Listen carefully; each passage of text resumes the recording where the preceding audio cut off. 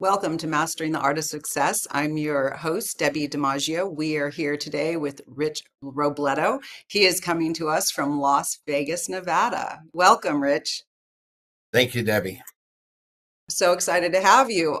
I'm trying to think how we met. We met because we are part of Hope Living, Hope Residence out of Florida, a real estate network group, and you reached out. And when you reached out, I loved it because my son and I started reaching out to people and hadn't really made a lot of connections. And I was so excited when you reached out. I'm like, I love this guy. He's proactive. So you were really the only one that reached out. So kudos to you. I will never forget you. Thank you. I appreciate that.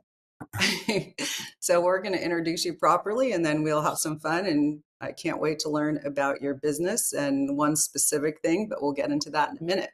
So Rich Perfect. Robledo is a multifaceted entrepreneur and a highly respected figure in the business world.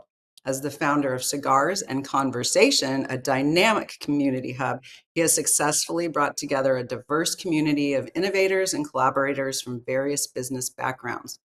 Along with his networking venture, Rich is an accomplished real estate broker. With an unwavering commitment to client care, he founded the Robledo Group as a prominent player in the industry.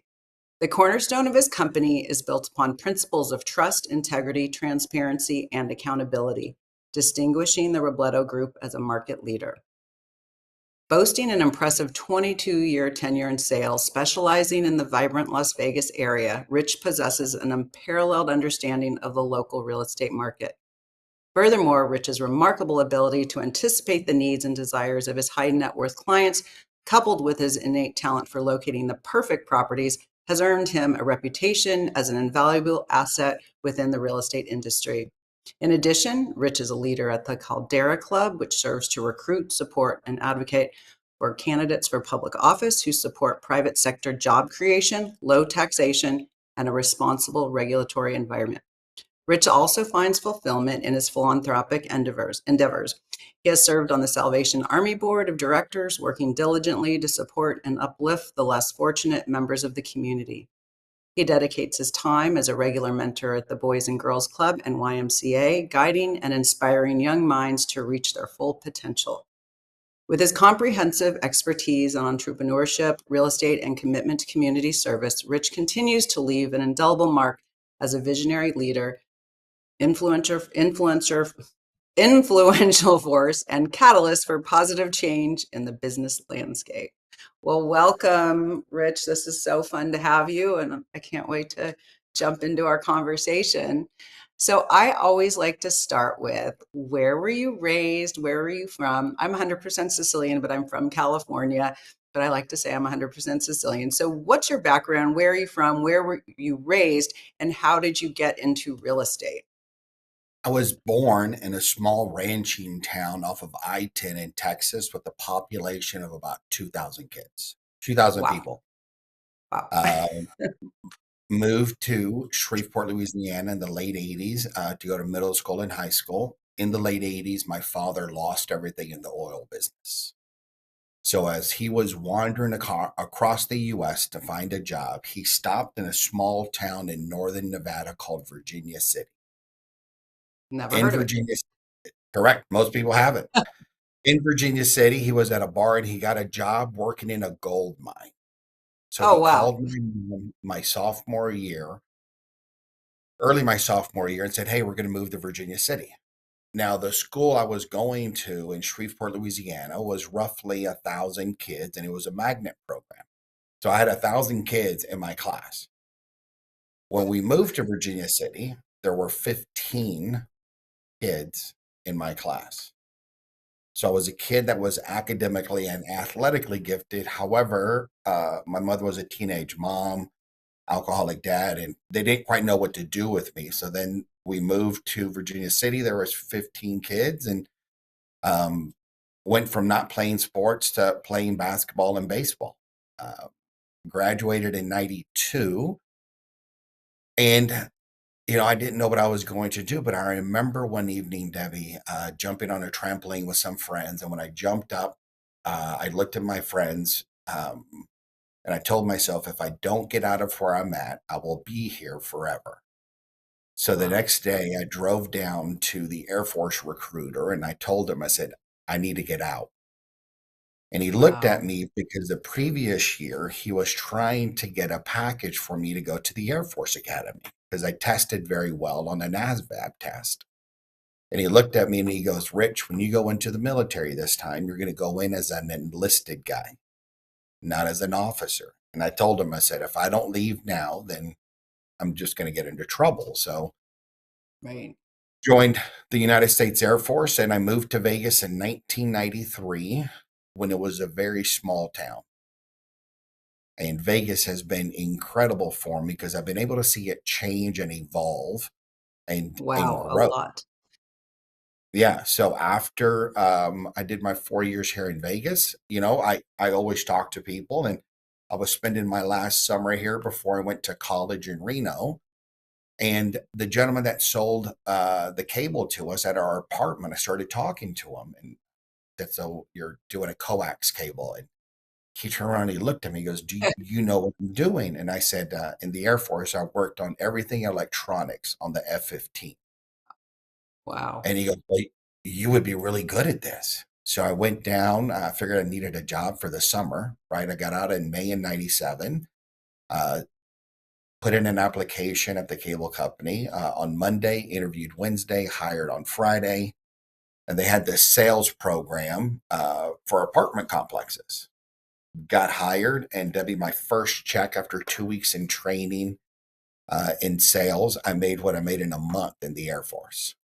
Wow. Oh my gosh. That And must have now I felt so reflect, good. it felt good, but in reflection, my aptitude was electronics. My passion was people. And the only Mhm. way I figured that out was by doing my 4 years in the service, and they would lock me away in a hangar by myself for a couple of months to diagnose issues with electronics. But really, my passion was being in the snack bar, just talking to them as they came in. And I've been in sales ever since. And I was buying my second house from a buddy of mine who was in the military, and we bought the second house. And he goes, Rich, I really think you should try real estate. And I said, Oh. Mike, I just bought my second home. I'm doing okay. I don't think I. Why would you? Why would you suggest real estate? And he looked at me and he goes, Rich, I do very well in real estate, and I think you would do better than me. And I said, Oh, why oh, is it's so that? sweet. He goes, nobody likes me and everybody loves you. So that's why I think you'd be successful in real estate. And I remember going back to the cable office, right?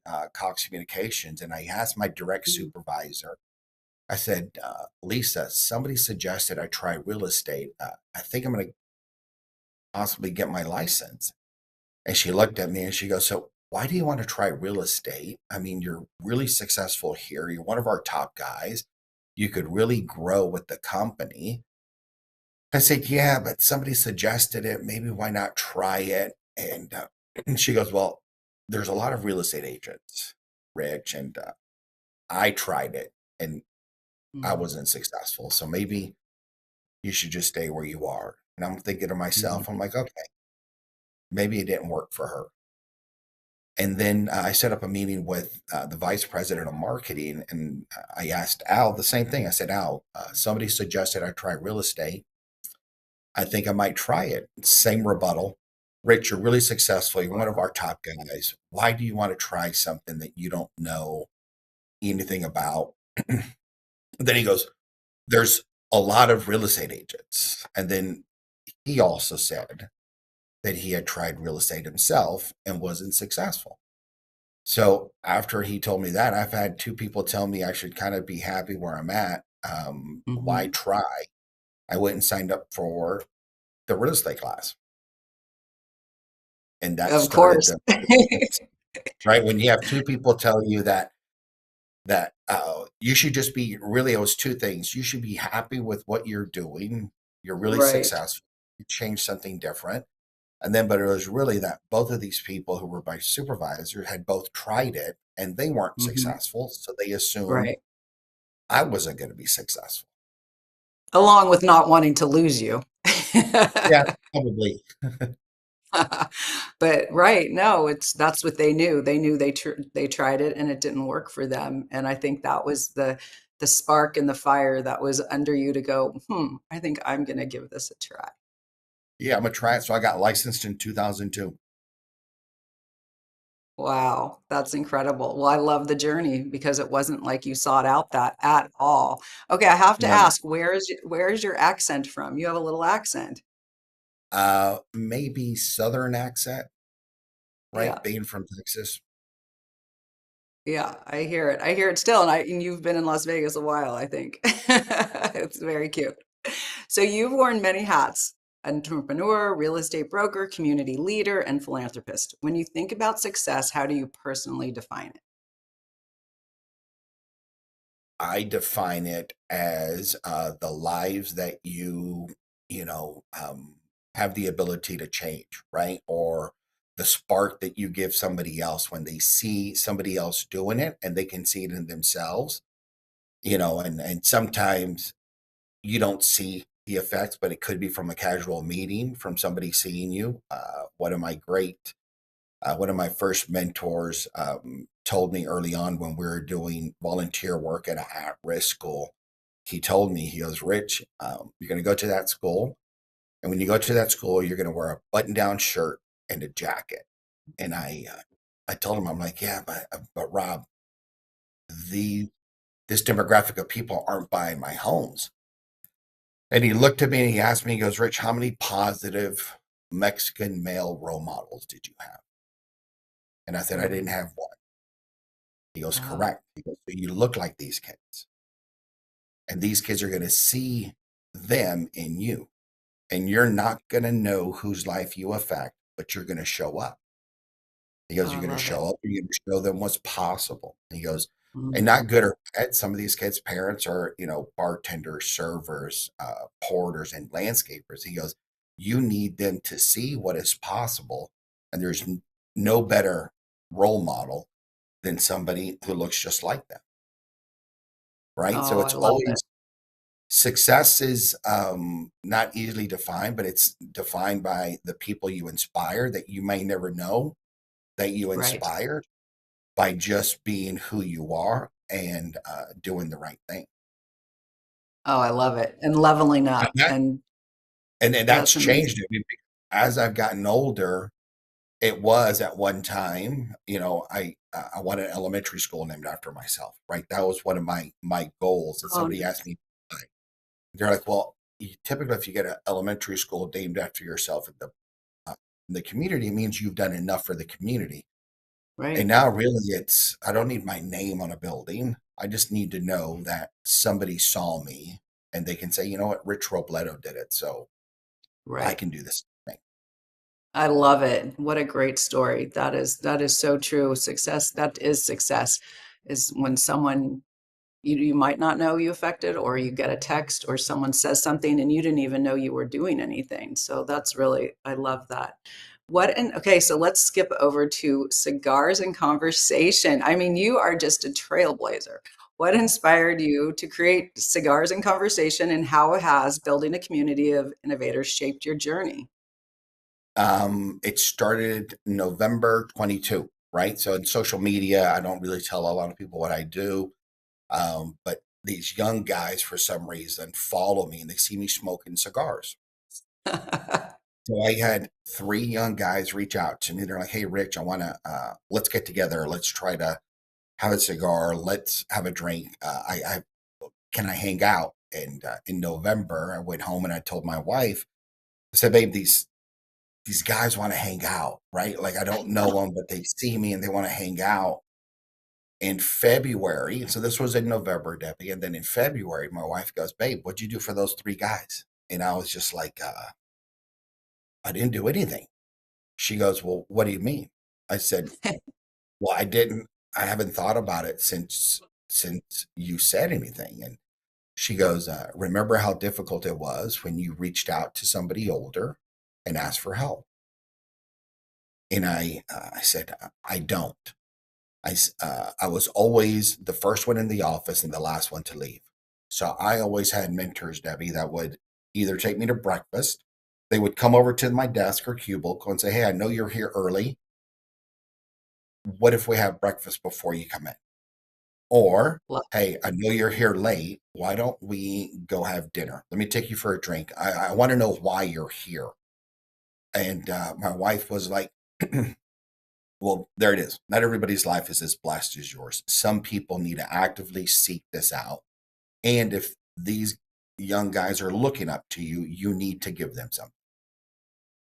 So I called the three guys and I'm like, "Hey, let's smoke a cigar." They all three had jobs, so they couldn't leave until, 6 o'clock. So I called the country club. I said, "Hey, I got a group of guys that we're going to hang out.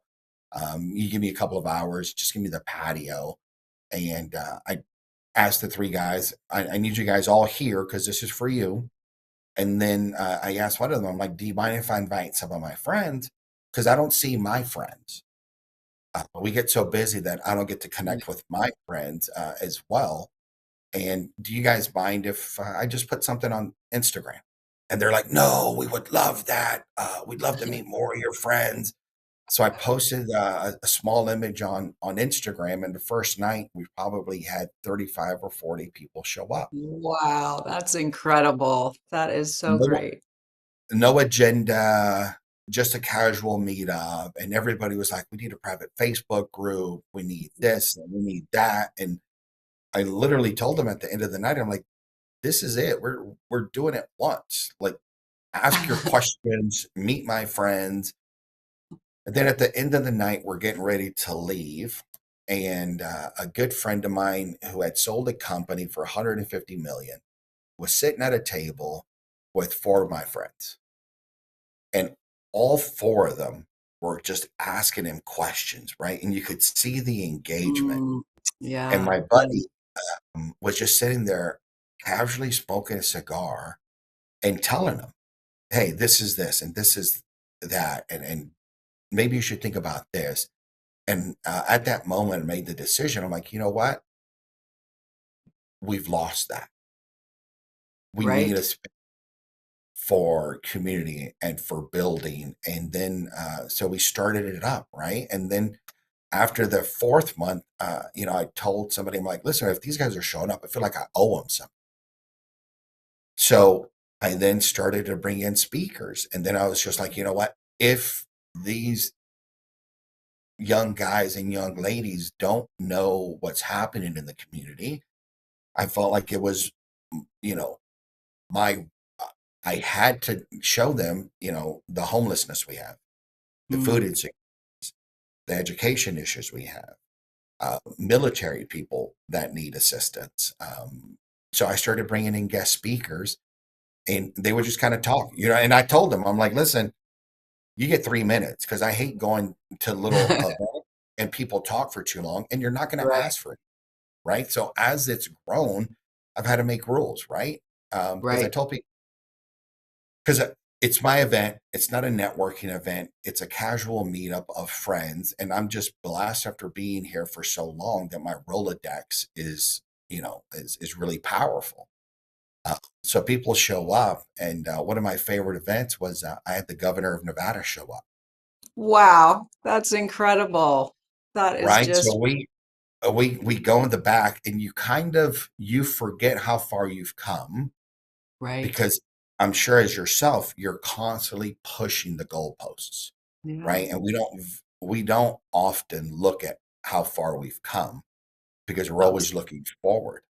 So I took the governor in the back of the country club, and he met some of my friends. And then I said, "Governor, would you mind talking, to my guys up front?" And as we were walking with the governor through the country club, we opened up the door, and there was just silence in the group.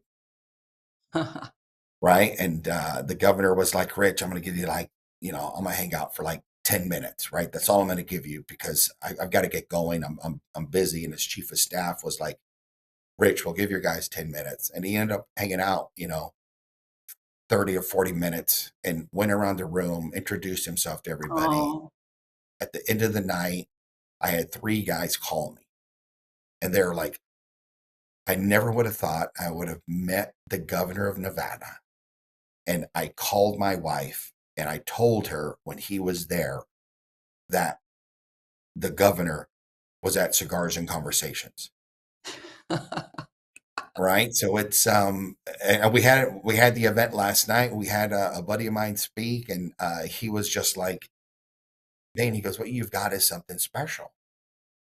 Right. And I'm Well, like, yeah, I said, I just kind of want everybody to know what's happening in our city. I want everybody to know that these are good friends. And it's everything from I had a 20-year-old kid who's trying to figure out what direction he's going to in life, to a couple of guys that are worth a couple of 100 million just smoking cigars. But I pulled that young kid away before he left, and he goes, man, I would have never thought that I'd have the oh, opportunity to meet all these people. And I said, you got the opportunity because I know your mom and dad. So thank your mom and dad. Right. hmm. But you also took the initiative to reach out to me. Everybody wants to talk and do something. A lot of times people just want to talk and they just want their shoulders, their back padded for effort. And this kid, when I met him this week, had a list of questions. Oh, And he goes, okay, I know your time is valuable. So these are the questions I need to ask. I said, great, let's go through them. Boom, boom, boom, boom, boom. And then for him to be there last night on the way out, I chatted with somebody last night, and he goes, you could tell that that kid was really put together because he came and he got dressed up. I was going to ask, yeah, you must have, I mean, a dress code at a country club, but he came dressed up. He came dressed up, he came ready, and he did a really good job of introducing himself to people, uh, and kind of, getting comfortable. Another great compliment, Debbie, was I've had three parents reach out to me, and they're like, hey, can I bring my son? Right? My kid's a senior in high school, or my kid's a Wow. junior in college. And I asked one lady once, I said, so why do you want to bring your son? And she looked at me. She's in charge of the NAACP out here. And she Okay. goes, Rich, you move different, and so do your friends. And that's something that I can't teach my son. It Mm. is something that he has to see. And I'm like, oh, all right. Right. And that was another great compliment when you have three parents say, hey, I really want my kid to see this space, this movement, and how Hmm. you kind of walk around the room and talk to everybody, really how you make everybody comfortable and how you make everybody want to come back to the next That is incredible. That is so commendable. You've created this community, and it started as cigars and hanging out, and it turned into just mentorship at the highest degree with the highest, and then bringing in all these young people. So, how does it work? Do people, I mean, do you pay for everyone every time they come? Are you, what's how do they bring cigars? Do you have all, I mean, it would get very expensive if you're doing this once a one. week. Yeah, so I used to bring cigars for people, right? Because I felt like I owed them something. And then a good friend of mine told me, he goes, listen, that cigar you're bringing, some of these people don't understand what they have. So start telling them to bring their own, right? Because he saw the, half lit, and, cigars is like wine tasting. It's a very, Yeah, it's difficult if you don't know what you're doing. So, absolutely. and I pay for everything, right? So I've just paid for the space, and it's an open bar. So the country club was like, hey, we'll let them pay for each drink, and Oh, so they can. the country club loves it because it's one of their highest nights in alcohol sales. Right. I can imagine. Well, when you told me about this months ago, it's like, well, I do not like cigars, but maybe I can get my husband to do this. But I'm kind of the social person. So he likes to play golf, though, but I just love it. It is just, I love the whole mentorship thing. We have to go to commercial break. We'll be right back. But I love mentorship. So I want to talk about that when we get back. And we'll be right back with Mastering the Art of Success with Rich. Mike Zorek, a three-time California state champion in Greco-Roman wrestling at 114 pounds. Mike, blind since birth, was born in Hartford, Connecticut. He was a six-time national placer, including 2 seconds, 2/3, and 2/4. He also won the Veterans Folk-Style Wrestling twice at 152 pounds. In all these tournaments, he was the only blind competitor. Nancy Zorek, a creative spirit whose talents have taken her to the stage and into galleries and exhibitions in several states. Her father, a commercial artist who shared his instruments with his daughter and helped her fine-tune her natural abilities, influenced her decision to follow in his footsteps. Ms. Zorek has enjoyed a fruitful career doing what she loves. Listen Saturday mornings at 12 Eastern for the Nancy and Mike Show for heartwarming stories and interesting talk. Did you know that your beliefs create your entire reality, but it's the subconscious beliefs that do most of the creating? Belief shifter and life coach Shiraz can help you identify those limiting beliefs and eliminate them, often in a single session. Like it was almost instant, like I had relief right away. Creating better health, relationships, careers, and finances. Let Shiraz help you step out of safety and into awareness. Definitely something's happening. It's like a flow inside. It feels good. Whether in person or online, Shiraz provides personal coaching, belief shifting. Visit Shiraz at energeticmagic.com or call 416-529-7429. Energetic Magic. Find your greater happiness. Be well. Be aware. Be magical.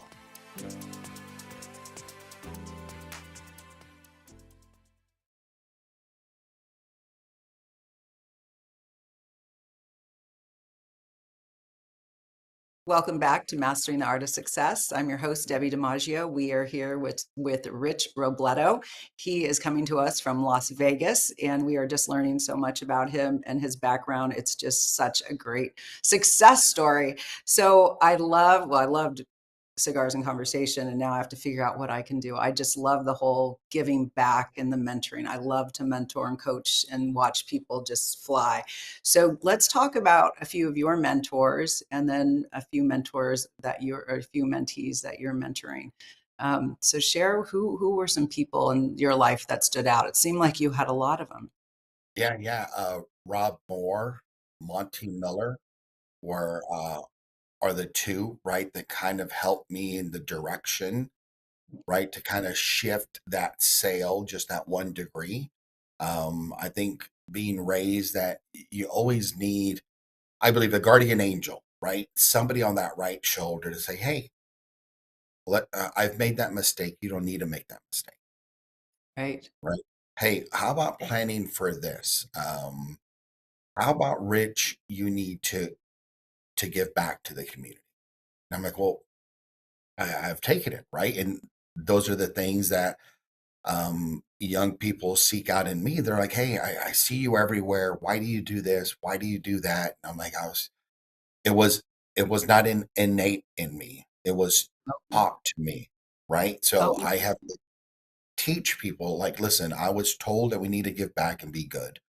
So these are the programs. There was a young guy this week who reached out to me and goes, hey man, you're everywhere. What is a nonprofit I can get involved with? And I introduced him to the CEO of the nonprofit, and he went to volunteer yesterday, and he showed up at Cigars and Conversation. He goes, it was amazing to see the need that Las Vegas has, and then being able to, to help. So Rob Moore and Monty Miller are two incredible mentors that I still see today. And then I've got a couple of young guys that kind of asked, like, hey, what about this? And I said, listen, if it's not written, you'll never get there, right? Good. I told somebody at dinner last night, I said, look for the engines, cut the anchors, Oh, love right? that. It is tough to propel in life if you're constantly looking at what the anchors are. And he asks a great question. He goes, Rich, how do I move forward if I continue to think about what I lost? And I said, the vision you have has to be bigger than what you lost. And then you've got to remove the guilt, the doubt, and that limiting belief that you don't deserve it. Because if you don't remove that, you're going to replay that same cycle. Right. So I've got Rob Moore and Monty Miller as my current mentors that I like to spend time with and listen to. And then I've got a handful of young guys and girls that ask questions. What is this? What's that? Right. And it is a mix of Tony Robbins, Earl Nightingale, Dale Carnegie, all of the old, the Right. old guys that have lit the way for us that, you write it down, do it, work on how you feel before you deserve it. Don't worry about how it's going to happen. My only job is to have the dream and the action, and the how is going to figure itself out. Awesome. I love it. That's kind of the gist of my book, The Mindset in Motion Method. It is so true. It's so great. I can't wait. I'm in the process of finishing it and I wish it was done. I can't. I'm so excited to bring it out. But that is so true. And for the young guy you're talking to, don't look back. You're not going that way. Going that Correct. way. Look forward as we do. We said we look forward. We're not looking back. So you kind of forget about all the things you've done because we're just so focused on going forward and doing more and exploring more and learning more. That's great. Mentorship is so important. It's one of my favorite chapters actually in my book. So with more than 2 decades in Las Vegas real estate, what's one lesson about perseverance and client care that's been pivotal in your success? In 2006, I lost everything. Oh, wow. Between 2007 and 2008, I had 7 friends commit suicide Oh, geez. Oh, so, because of what was lost. mm, Right. And I believe that as successful people, we validate ourselves with what we accumulate, where we live, where mhm, our kids go to school, what country club we belong to. And during that period, I figured out that everything I have is on loan from God. I have no attachment to anything material. I have no attachment to difficulties, right? Because I know mhm. you're going to come out of it, Right. right? And You did. I think it's having faith that it's going to get better. Mhm. Suicide is a permanent solution for a temporary problem. Right. And it is having that grit to know, but it was also during that time having mentors to tell you, hey, this is not your fault. Mhm. This is happening to everybody. What can you change? What can you do? And don't give up. Right. So it is this thing of knowing that everything is temporary, right? Everything is Right. temporary. Just keep going through. Right. So that's one Absolutely. of the things of perseverance. And then what is important to me is not going to be important to somebody else. Right. So and really in clients' needs are listening to what they're fearful for. What are they worried about? What are their needs instead of my needs? How can I help them transition or make this next chapter fluid? This year, I've had 26 friends and clients lose parents and partners. Mm. Yeah, it's that So time right now. it's that time. I'm going to more funerals than weddings. Right. I'm Right. 51, turning 52 in November, and it's just that next period. I've got a listing appointment on Sunday because a client's mother-in-law lost her husband in the spring. She's now at the place that almost a year, right, to where she's ready to move on. I had a client that we were in escrow and canceled it yesterday because his mother-in-law is not ready to leave her home and move to Mm. Vegas. Right. So it's giving a lot of people grace and Right. not trying to push on anything, right? It is, hey, I'm here now and I'm going to be selling real estate for the next 5 years. So whenever you're ready, I'm ready.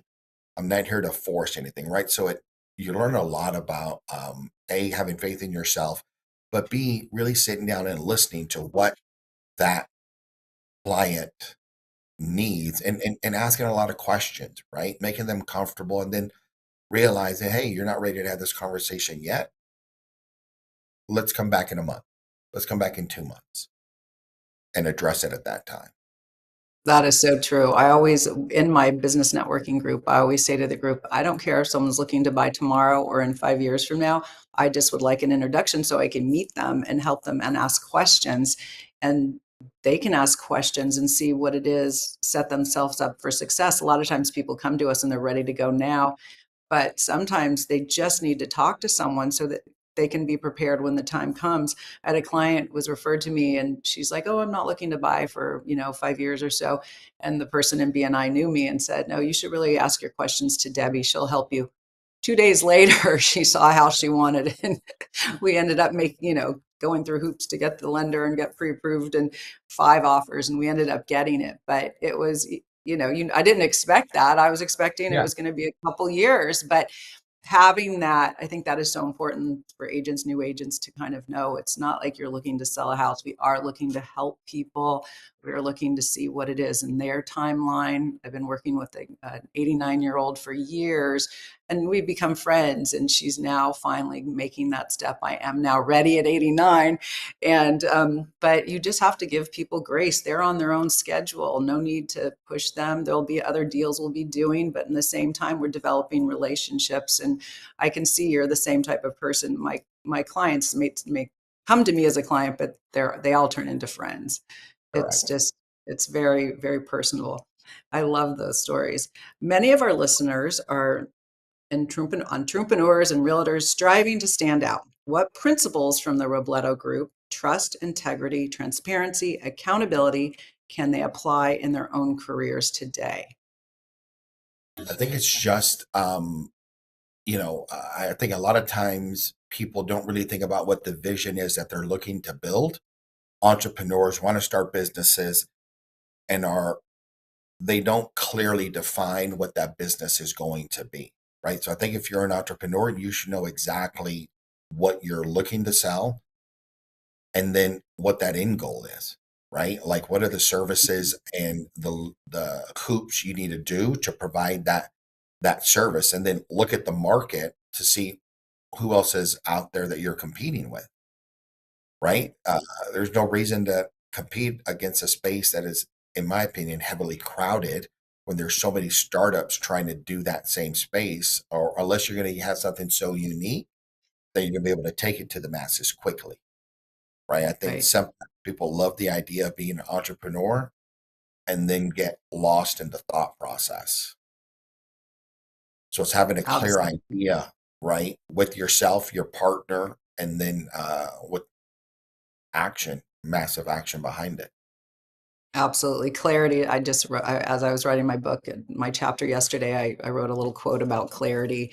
We can't, we can't see in dirty water. It has to be clear for us to see deeper.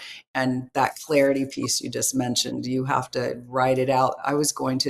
I joined a course to do a TED Talk. And then as I was answering their questions, I said, I need to get more clarity. And that's when the book started. I started Yeah. writing the book because I had so many topics, and I'm like, okay, this is going in so many directions. And then I ended up probably having like 4 topics, and I ended up changing to the mindset one. But clarity is so important. I love that. You work with high net worth clients who expect excellence. What does it take to anticipate their needs and consistently deliver at that level? I think that to deal with some of the ultra high net worth people, my biggest thing to be successful is availability, right? Mm, And then trying to bring off market deals, trying to bring opportunities and something that shows value. Ultra high net worth people, mine, don't like to do a lot of chit chat. They want to get straight to the point. Rich, what have you brought me that somebody else hasn't? Right. So it's bringing them stuff that is not on the market, bringing them stuff right before it hits the market, and being short, direct, and concise. They don't need the A to B. I had my knee done last year, and the doctor walked in, and I looked at my wife. I'm like, I'm going to tell you why I love this guy. And she goes, why? I said, because he's not even going to ask how you're feeling. He's not going to ask anything about you, and he's going to be a little dismissive of people. He is here to do one job. And he repaired my knee, and he did an incredible job. No chit chat, just put it. And I think the ultra high net worth people are at that place because they can be so ferociously focused that Right. they get to where they want to be and don't think about the pain to get there. And that's what they expect from real estate advisor, financial planners, right? Everybody in their circle kind of operates like they do. That's And true. they don't want it. I see it. And you can see it when they meet somebody else new and they skirt around the question instead of getting directly to the ask or bringing something of value. And they're like, you've absolutely wasted my time. You should have done this an hour ago. And now it's no, because you should have just done it because we wasted an hour. Right. We're busy, they're busy and they just need to get on, as business people are, and just get the information and the facts. Some people need a little bit more talking to, which is fine. It's not good or bad. It's just they might need a little more information, and other people just want, let's just get to the facts. You can appreciate that. So let's discuss buyer and seller profiles. What is life like in Las Vegas? I know when I go to Las Vegas, 3 days is max. I don't even gamble, but just the activity and the chaos. And I do like chaos. I like to be busy, but 3 days is my max. And then I've also heard stories of buyers relocating from California. I'm from California. And within a short time, they move back. And you can talk about other states as well. And is that normal or unique to certain areas? I think it's normal. People want to move to Vegas because of tax advantages, right? Right. They think it's going to be easy to travel back and forth, right? Sometimes they move here and they're like, I miss the sunshine, I miss the location. I'm dealing with two buyers now. I'm dealing with one buyer, and he can't wait to move here because his grandkids are out here. And his Okay. friend looked at me and goes, there's no way I would ever leave LA. They deserve the money I give them because of what LA has done for me. Right. And it's amazing outside of the strip, we have a community with great private schools, great programs for kids. The LA art scene and the Las Vegas scene are going to build a large museum. So we are bringing culture to Las Vegas, right? And the fallacy also is because we have gotten expensive. There's not a lot of first time home buyers. So it's trying to find the buyer that's already in the house that's looking to move up. The ultra high net worth clients are moving here, but they're traveling back and forth. So are they going back and forth between LA? Is that what you're saying? Okay. Correct. And is there a train? Did I hear there was a train that was going to go? There's Bright Line is coming, but to get from Vegas with JSX to Burbank, LAX, John Wayne, and Long Beach, it is really so easy to come back and forth that you can get there in the morning and come back that evening. It is just interesting to see the amount of people that or split the time between Southern California and Northern California. I've got a client now. He's been in Sea Ranch up in Northern Nevada or up in Northern California, and he'll come back in November. He goes, Rich, we tried to leave, but that summer is just too hot for us. So Right. we're really doing 5 months in a day, right? We're going to figure out that other month some way, somehow. I'm like, all right, Kevin, like you talk to your CPA, you handle that. I'm just glad that you live here. So is So it a the ballpark is 5 months? I thought it was 6 months, but it's five 6 months in a months, day? yeah, Or 6 months in a day. You have to be oh, here for 6 months in a day. Okay. And then you can, but then you can go back and forth. You can live your life and travel and yeah. stuff. So okay, so you've got so people in California, Northern, Southern California, they're coming not necessarily full time, but they're splitting their time so they can have the Mhm. tax advantage. That makes sense. That makes a lot of sense. And then they can come in the winter or the cooler times. I did not realize until I went. the first time in January, February, how cold it gets there. I was like, oh my God, I always thought it was hot here.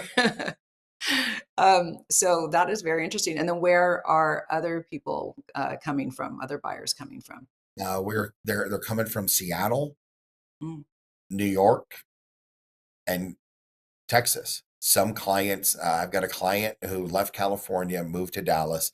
Dallas is too far to travel, so that's they're true. looking to buy in Vegas before they can buy again in California because of their liquidity event.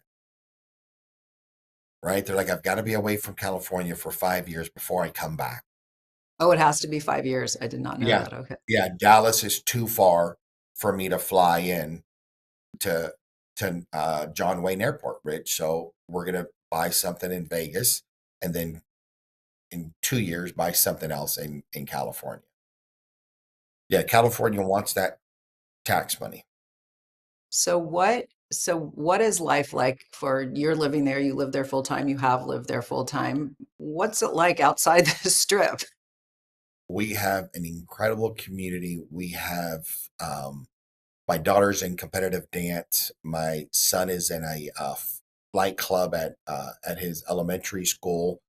It is, and I'll tell people living in the suburbs of Las Vegas would be like living in Scottsdale or La Jolla, Okay. right? Yep. We had a Heavy house into in the golf, yeah, heavy into the golf scene, heavy into fitness with cycling, mountain biking, Lake Mead, easy to get to ski resorts just outside of Las Vegas and into Park City. Um, Oh.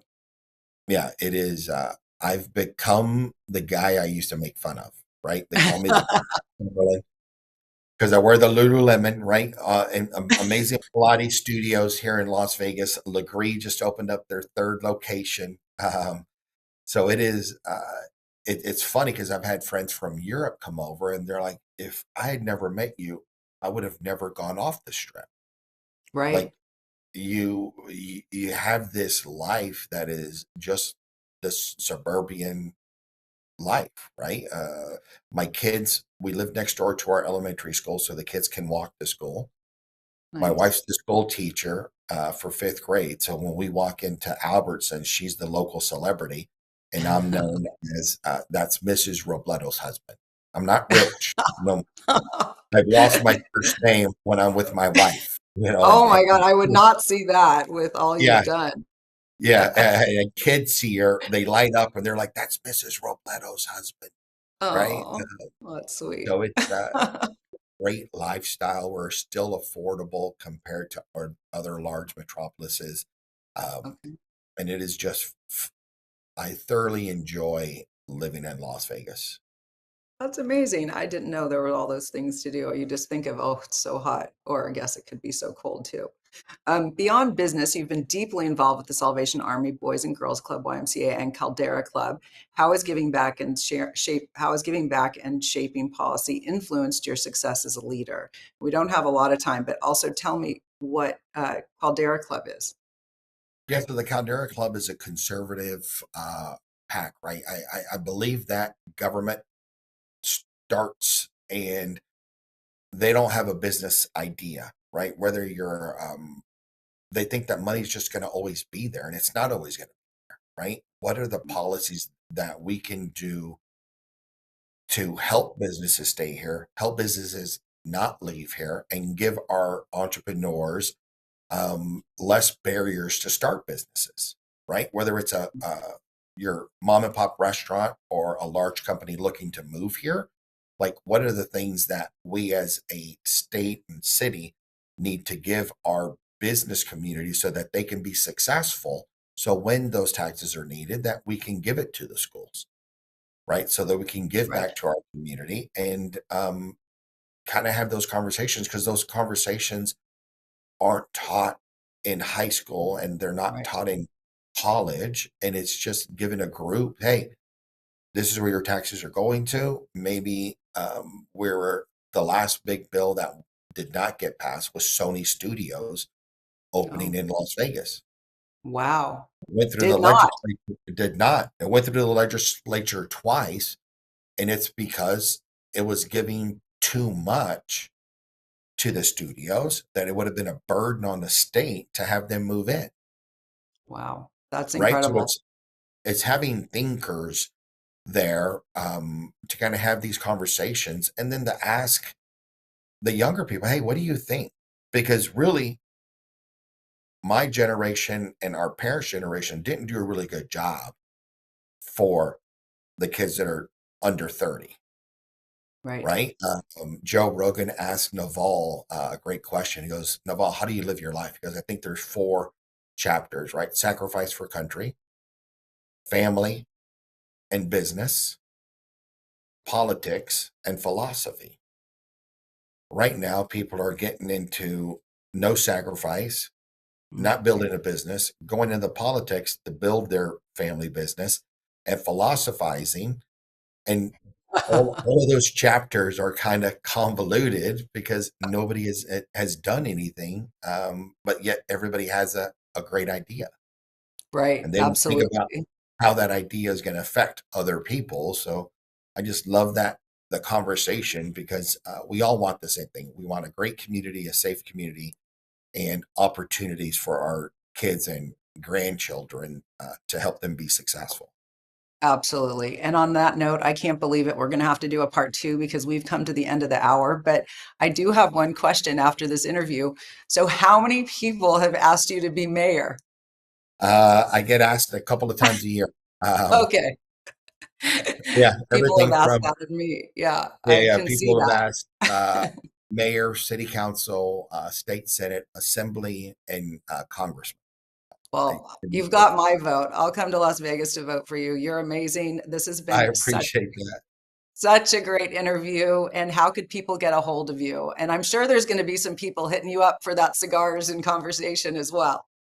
I love it. They can find me on Instagram at Rich_Robledo, the Robledo Group for the website. And Debbie, if anybody that hears this wants to come out, have them DM me directly, and I'd love to host them for a round of golf or a dinner before or after Cigars and Conversations.